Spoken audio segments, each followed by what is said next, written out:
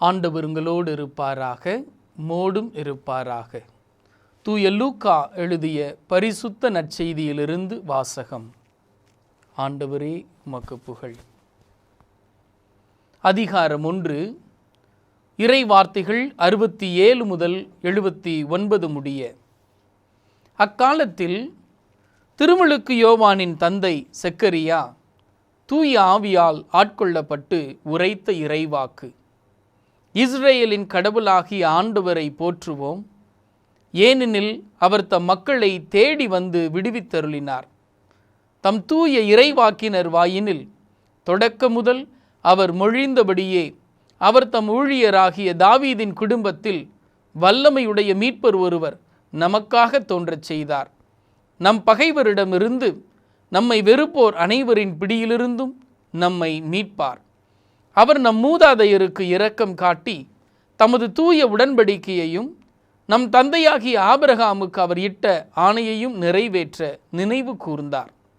இவ்வாறு நாம் பகைவரின் பிடியிலிருந்து விடுவிக்கப்பட்டு தூய்மையோடும் நேர்மையோடும் வாழ்நாளெல்லாம் அச்சமின்றி அவர் திருமுன் பணி செய்யுமாறு வழிவகுத்தார்.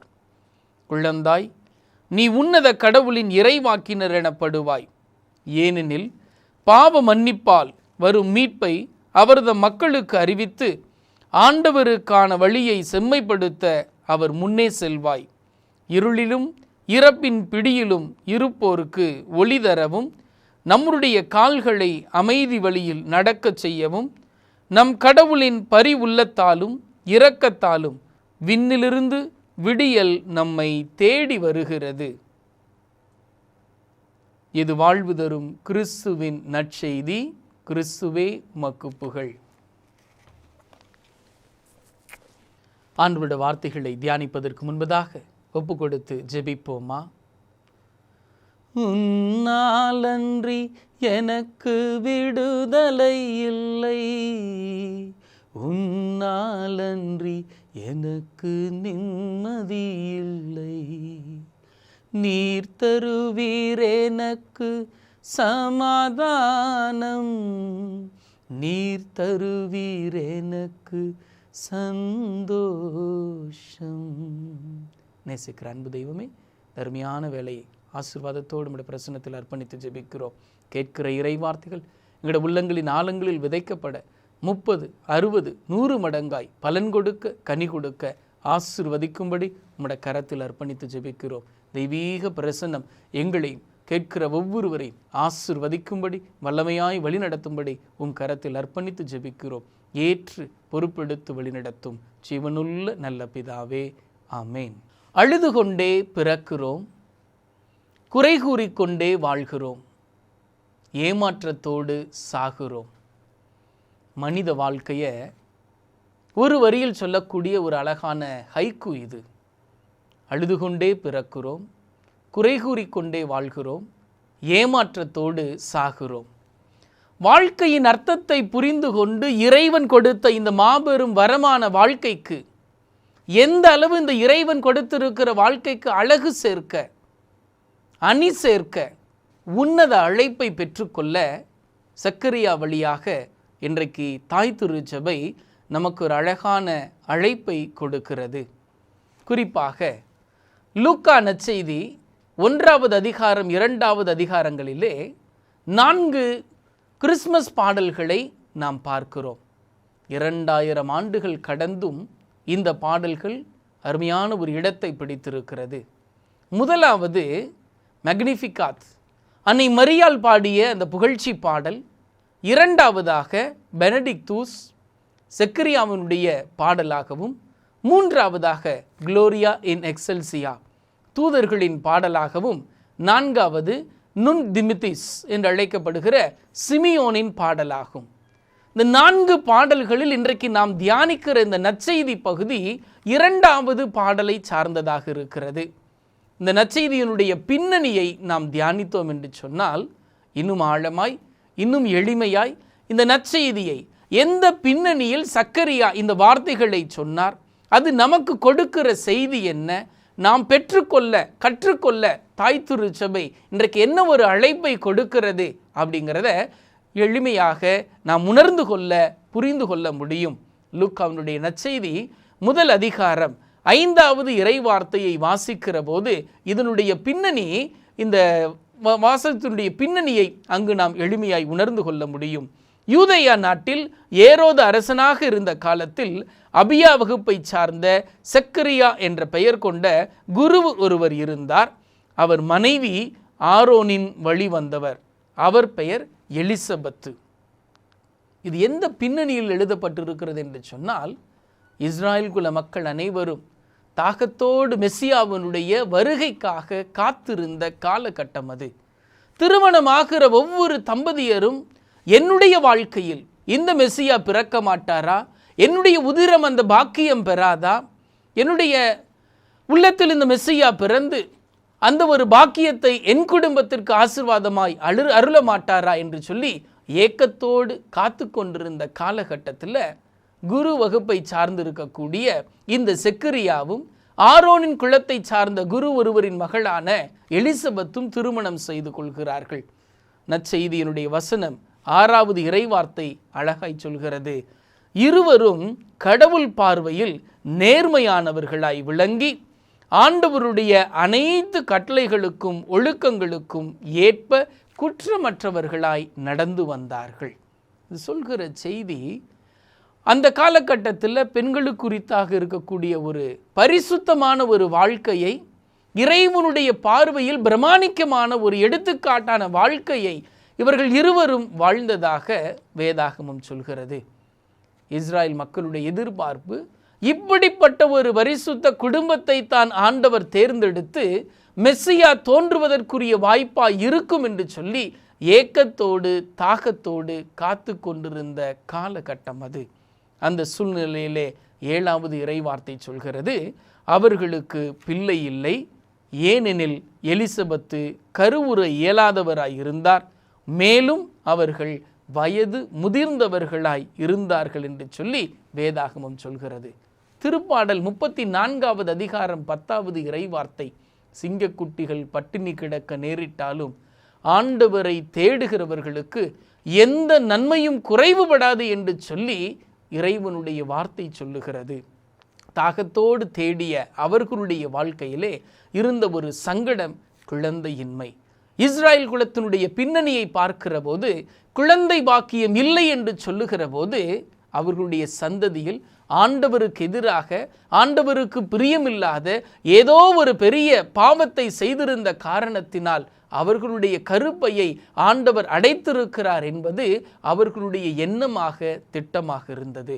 இந்த சூழ்நிலையில் தான் 8வது இறைவார்த்தையில் வாசிக்கிறோம், தம்முடைய பிரிவின் முறை வந்தபோது செக்கரியா கடவுளின் திருமுன் குருத்துவ பணி ஆற்ற வந்தார்.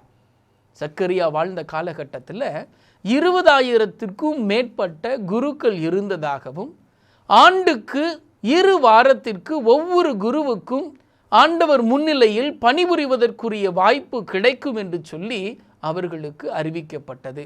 அந்த சூழ்நிலையில தான் செக்கரியாவுக்கு இந்த அழைப்பு கிடைக்கிறது. அங்கு போகிற போது 8வது இறைவார்த்தை நிறைவில் வருகிற வார்த்தைகள், குருத்துவ பணிமரப்புக்கு ஏற்ப ஆண்டவருடைய திருக்கோயிலுக்குள் சென்று தூபம் காட்டுவது யார் என்று அறிய சீட்டு குலுக்கி போட்டபோது அது சக்கரியாவின் பெயர் விழுந்தது. இது ஒரு பெரிய பாக்கியமாக, அந்த ஆலயத்தின் திருக்கோயிலினுள் சென்று தூபம் காட்டுகிறது ஒரு உன்னத பணியாய் கருதப்பட்டது. ஒரு முறை ஒரு குருவுக்கு அந்த பாக்கியம் கிடைத்தது என்று சொன்னால் அவருடைய பெயரை அந்த அட்டவணையிலிருந்து எடுத்து விடுவார்களாம். ஏன் என்று சொன்னால் அடுத்தவர்களுக்கும் அந்த வாய்ப்பு கிடைக்க வேண்டும் என்பதற்காக கொடுக்கப்படுகிற ஒரு வாய்ப்பு இது. சக்கரியாவுக்கு அந்த பெயர் கிடைத்ததும் சொல்லன்ன ஆனந்தம், மகிழ்ச்சி நிறைந்த உள்ளத்தோடு அந்த ஆலயத்தினுள் அவர் நுழைகிறார். வெறுமனே குருவானவர் மாத்திரம் நுழையக்கூடிய அந்த இடத்தில் அங்கு வானதூதர் தோன்றிய போது பயத்தினால் ஆவியினால் பீடிபடுகிறார்.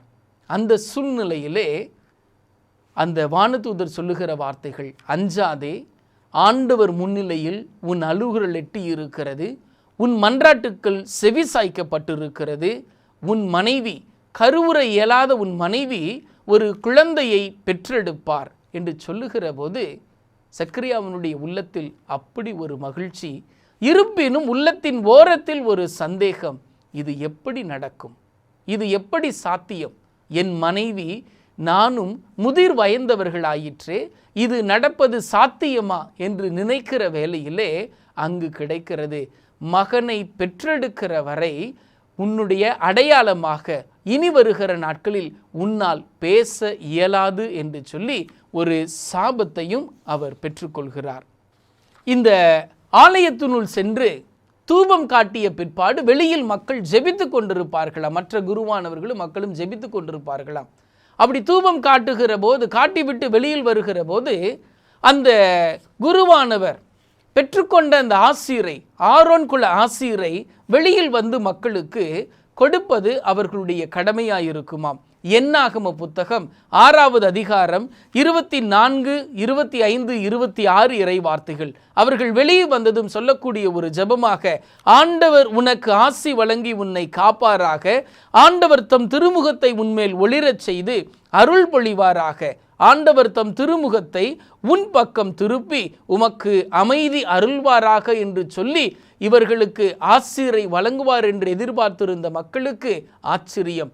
செக்கரியா திரும்ப வருவதற்கு தாமதமாகவும் அவர்கள் குழப்பத்திற்காளானார்கள். திரும்ப வருகிற போது, பேச இயலாதவராய் அவர் வருகிற போது அந்த மக்களின் உள்ளங்களில் இன்னும் கேள்வி எழுந்தது. அப்போது அவர் தன்னுடைய கெட்டுக்கொண்ட அந்த வார்த்தைகளை சிந்தித்து கொண்டிருந்தவராக அந்த இடத்தில் இருந்தார். 9 மாதங்கள் பேச இயலாத சூழ்நிலையிலே ஆண்டவருடைய பிரசன்னத்திலே பொறுமையோடு அவர் காத்திருக்கிறார்.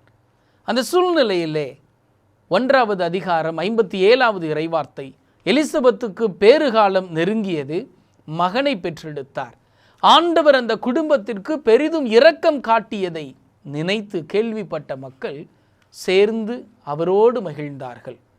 அப்போ விருத்த சேதனம் செய்யக்கூடிய அந்த 8வது தினம் வந்தபோது உறவினர்கள் அவரிடத்திலே தன் தந்தையினுடைய பெயர் செக்கரியா என்றே சூட்டலாம் என்று சொல்லி கேட்கிற போது அந்த குழந்தையினுடைய தாய் எலிசபெத்து அப்படி அன்று அவன் யோவான் என்று அழைக்கப்பட வேண்டும் என்று சொல்லி சொல்கிறார்.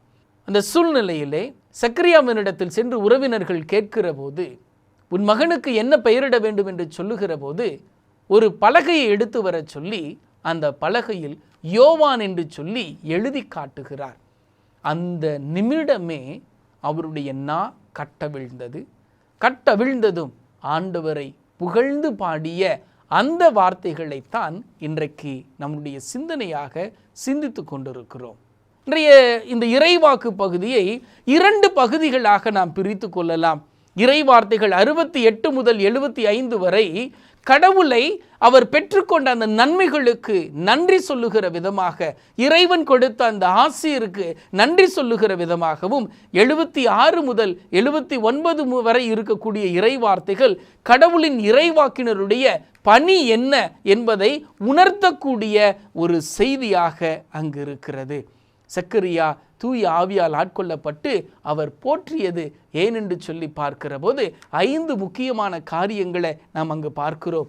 இந்த இறைவன் மக்களை தேடி வந்து மீட்க மெசியாவை தரப்போவதற்காகவும் முன்னறிவித்தபடி தாவீது குலத்தில் மீட்பர் தோன்ற செய்ய உள்ளார் என்பதற்காகவும், பகைப்பவர்களிடத்திலும் வெறுப்பவர்களிடத்திலும் மீட்பை இந்த இறைவன் கொடுக்க காத்திருக்கிறார் என்பதற்காகவும், இரக்கத்தோடு முன்னோரோடு செய்து கொண்ட அந்த தூய உடன்படிக்கையை நினைவு கூறுகிற இறைவன் இந்த இறைவன் என்பதையும், அவர் திருமுன் பணி செய்வதற்கு ஒரு அருமையான வாய்ப்பையும் வழியையும் பெற்றுக்கொண்டதற்காக செக்கரியா இறைவனை போற்றி புகழ்கிற ஒரு பகுதியாகத்தான் இன்றைக்கு நற்செய்தியினுடைய முதல் பகுதி அமைந்திருக்கிறது.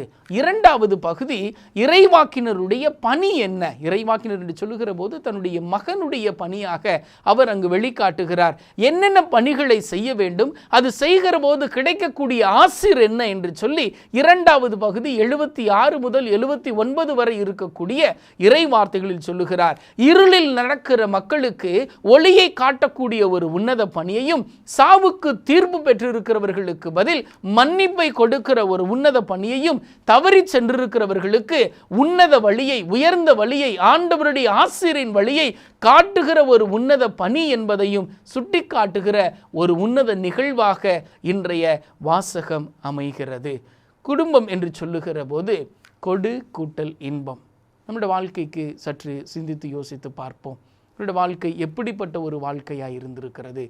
கொடு கூட்டல் இன்பம் என்று சொல்லுகிற போது, குடும்பத்தில் ஒரு கணவனோ மனைவியோ துன்பங்களை முழுவதும் சங்கடங்களை முழுவதும் தாங்கள் பெற்றுக்கொண்டு இன்பத்தை மாத்திரம் மற்றவர்களுக்கு கொடுக்கிற ஒரு இடம்தான் குடும்பம். அந்த குடும்பத்தினுடைய பொறுப்பை பெற்றிருக்கக்கூடிய சக்கரியா, எலிசபெத்து இறைவனுக்கு ஏற்புடைய வாழ்க்கையை வாழ்ந்தார்கள். இறைவன் அவர்களுக்கு செவிசாய்க்க தாமதப்படுத்தினாலும் இறைவனுடைய ஆசீர் நம்பிக்கை நிறைந்த உள்ளத்தோடு அவர்கள் தேடிய போது அவர்களுக்கு கிடைத்தது. இதில் சக்கரியாவினுடைய வாழ்க்கையிலிருந்து நாம் கற்றுக்கொள்ள வேண்டிய முக்கியமான பணி, தன்னுடைய மகன் இறைவாக்கினராக இந்த இயேசுவை சுட்டி காட்டுகிற முன்னுதாரணமாக முன்னோடியாக இருக்கக்கூடிய அந்த பணியை செய்கிற போதும் கிறிஸ்துவை முன்னிலைப்படுத்தி வாழ்வதை இந்த பகுதியில் நாம் பார்க்கிறோம். இயேசுனுடைய வாழ்க்கை இல்லை கடவுளை புகழ்வதற்கு கிட்டத்தட்ட 12 வசனங்களை பயன்படுத்திய சக்கரியா தன்னுடைய மகனுடைய பணிக்கு 3 வார்த்தைகளை மாத்திரமே பயன்படுத்துவதையும் நாம் இங்கு பார்க்கிறோம். நம்மளுடைய வாழ்க்கையிலும் கிறிஸ்துவுக்கு முதலிடத்தை, கிறிஸ்துவுக்கு முக்கியத்துவத்தை நாம் கொடுக்க வேண்டும் என்பதை உணர்த்துகிற ஒரு பணியாக இருக்கிறது. கிறிஸ்மஸ் மிக நெருக்கமாக இருந்து கொண்டிருக்கிற இந்த காலகட்டத்தில் நம்மளுடைய குடும்பங்களில் இந்த கிறிஸ்துவுக்கு எத்தகைய ஒரு இடத்தை நாம் கொடுக்கிறோம் அப்படிங்கிற ஒரு சிந்தனையோடு இந்த நாளிலே ஆண்டவருடைய பிரசன்னத்தில் நாம் ஒப்பு கொடுப்போம்.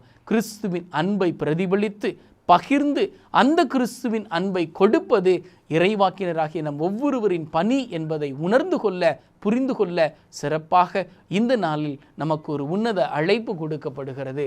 இந்த நற்செய்தி நம்முடைய வாழ்க்கை மையமாய் மாற வேண்டும் என்று சொன்னால் 3 எஸ் குறித்து இந்த நாளிலே நாம் சிந்திக்கலாம்.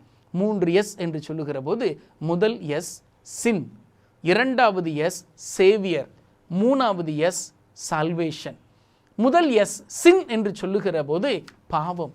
நம்முடைய இன்றைய நிலை இறைவனை விட்டு தொலைவில் இருக்கக்கூடிய ஊதாரி பிள்ளைகளுடைய ஒரு நிலையாய் இருக்கிறது என்பதை உணர்ந்து கொண்டவர்களாய், புரிந்து கொண்டவர்களாய் நம்முடைய நிலையை ஏற்றுக்கொள்கிற போதுதான், நம்முடைய பரிசுத்தம் இல்லாத இந்த நிலையை ஏற்றுக்கொள்கிற போதுதான் இந்த கிறிஸ்து நம் உள்ளத்தில் பிறப்பதற்கு ஒரு வாய்ப்பாக இருக்கும். இரண்டாவது எஸ் சேவியர், விண்ணகம் துறந்து மன்னகம் நிலை ஏற்றவர், நமக்காக நம்மீது கொண்ட அளவு கடந்த அன்பை காட்டுகிற விதமாய் இந்த ஆண்டவர் நம்மில் பிறக்க, நம்மோடு இருக்க ஒரு மீட்பராய் பிறந்திருக்கிறார் என்பதை உணர்ந்து கொள்ள கொடுக்கப்படுகிற ஒரு வாய்ப்பு இன்றைய நாள். இன்னும் விசேஷமாய் மூன்றாவது எஸ் சால்வேஷன் என்று சொல்லுகிற போது அந்த ஆண்டவர் கொடுக்கிற மீட்பு, அந்த ஆண்டவர் கொடுக்கிற மீட்பு என்று சொல்லுகிற போது இன்றைக்கு வாசிக்கப்பட்ட அந்த 2வது பகுதி, இருளிலிருந்து ஒளிக்கு நாம் கடந்து செல்ல, சாவின் தீர்ப்பிலிருந்து மன்னிப்பை பெற்றுக்கொள்ள, தவறியவர்களுக்கு உன்னத வழியை பெற்றுக்கொண்டு இந்த விழாவை ஒரு அர்த்தமுள்ள விழாவாய் கொண்டாடுவதற்கு சிறப்பாக இந்த நாளில் நமக்கு ஒரு உன்னத அழைப்பு கொடுக்கப்படுகிறது. சக்கரியா குடும்பம் இறைவனுக்கு முதலிடத்தை கொடுத்தது, முக்கியத்துவத்தை கொடுத்திருந்தது. எலிசபெத்து அதற்கு அருந்துணையாய் இருந்தார்கள். 2 பேருடைய அந்த ஆன்மீக ஞான வளர்ச்சி குழந்தை சிறப்பான விதத்தில் வளருவதற்கு ஒரு சூழ்நிலையை உருவாக்கியது. ஆண்டவர் கொடுத்திருக்கிற இந்த மாபெரும் ஆசீர்வாதமான நம் குடும்பம் எப்படிப்பட்ட குடும்பமாய் இருக்கிறது? சக்கரியாவை போல இறைவனுக்கு முதலிடம் கொடுக்கிற குடும்பமாய் இருக்கிறதா? எலிசபெத்தை போல கணவனோடு இணைந்து இறைவனுடைய திட்டத்தை, திருவுளத்தை நிறைவேற்றுகிற குடும்பமாய் இருக்கிறதா? 2 பேருடைய நம்பிக்கை, விசுவாசம் உள்ள வாழ்க்கை வாழ்கிற போது அதை பார்க்கிற குழந்தைகள் திருமுழுக்கு யோவானை போல விசுவாச சத்தியத்தில் இலக்கை பெற்றுக்கொண்டு எதற்காய் பிறந்தோம் என்பதை உணர்ந்து அதற்கு ஏற்புடையபடி வாழ்வதற்குரிய சூழ்நிலைகளை உணர்ந்து என் பிள்ளைகளை இன்றைக்கு நான் வளர்க்கிறேனா? சிந்திப்போம்.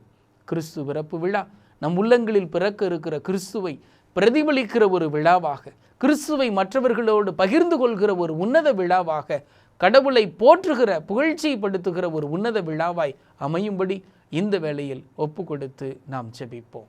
அன்பு தெய்வமே, நீர் எங்களுக்காக விண்ணகம் துறந்து மன்னகம் வந்தீர். உன்னாலன்றி எங்களுக்கு விடுதலை இல்லை, உன்னாலன்றி எங்களுக்கு நிம்மதி இல்லை. நீர் தருவீர் சமாதானம், நீர் தருவீர் சந்தோஷம் என்பதை உணர்ந்து உங்கள் பிரசன்னம் வருகிறோம். எங்களை ஏற்று வல்லமையாய் வழிநடத்தும் என்று சொல்லி இந்த ஆண்டவருடைய கரங்களில் நம்மை ஒப்பு கொடுப்போமா? ஒரு சிறு ஜெபத்தை கண்களை மூடி நாம் ஏறெடுப்போம். உன்னாலன்றி எனக்கு விடுதலை இல்லை, உன்னாலன்றி எனக்கு நிம்மதி இல்லை, உன்னாலன்றி எனக்கு விடுதலை இல்லை, உன்னாலன்றி எனக்கு நிம்மதி இல்லை.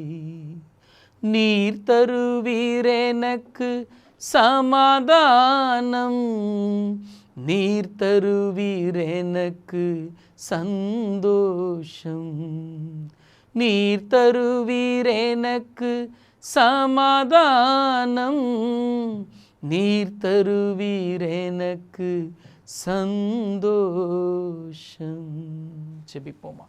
காலங்களை கடந்து கண்ணின் மணி போல நேசிக்கிற எங்கள் அன்பு தெய்வமே, குடும்பம் என்கிற ஒரு அருமையான அமைப்புக்குள் எங்கள் ஒவ்வொருவரையும் இணைத்திருக்கிற மாபெரும் கிருபைக்காய் நன்றி செலுத்துகிறோம். கணவன், மனைவி, பிள்ளைகள் என்கிற அருமையான உறவு சமூகத்தை நீர் கொடுத்திருக்கிற கிருபைக்காய் நாங்கள் நன்றி செலுத்துகிறோம். கிறிஸ்து பிறப்பு பெருவிழாவுக்கு எங்களையே ஆத்மார்த்தமாய் தயாரித்து கொண்டிருக்கிற இந்த வேளையிலே நம்பிக்கை நிறைந்த உள்ளத்தோடு நாங்கள் துதிக்கிறோம். ஆண்டவரே, சக்கரியாவோடு இணைந்து நாங்களும் உம்மை துதிக்கிறவர்களாய் மக்களை தேடி வந்து மீட்டிருப்பதற்காக, முன்னறிவித்திருக்கிறபடி மீட்பருடைய தோன்றலுக்காக, பகை மற்றும் வெறுப்போரிடத்திலிருந்து மீட்புக்காக, இரக்கத்தின் தூய உடன்படிக்கை நினைவு கூர்ந்திருக்கிறதுக்காக, உம் திருமுன் உன்னத பணியை செய்வதற்குரிய பாக்கியத்தை கொடுத்திருக்கிறதற்காக, இருளிலிருந்து எங்களுடைய வாழ்க்கையை மீட்டு பரிசுத்த ஒளியின் பாதையில் நடப்பதற்குரிய சூழ்நிலைகளை கொடுத்திருக்கிறதற்காக, சாவின் தீர்ப்பை பெற்றிருக்கிற எங்களுடைய வாழ்க்கையில அந்த சால்வேஷனை சேவியரின் வழியாக சின் என்கிற பாவத்திலிருந்து மீட்டுக் கொள்வதற்காய் நீர் கொடுத்திருக்கிற கிருபைக்காய் நாங்கள் நன்றி செலுத்துகிறோம். தெய்வீக பிரசன்னம் எங்களோடு இருக்கட்டும், குடும்பங்களை ஆளுகை செய்யட்டும்.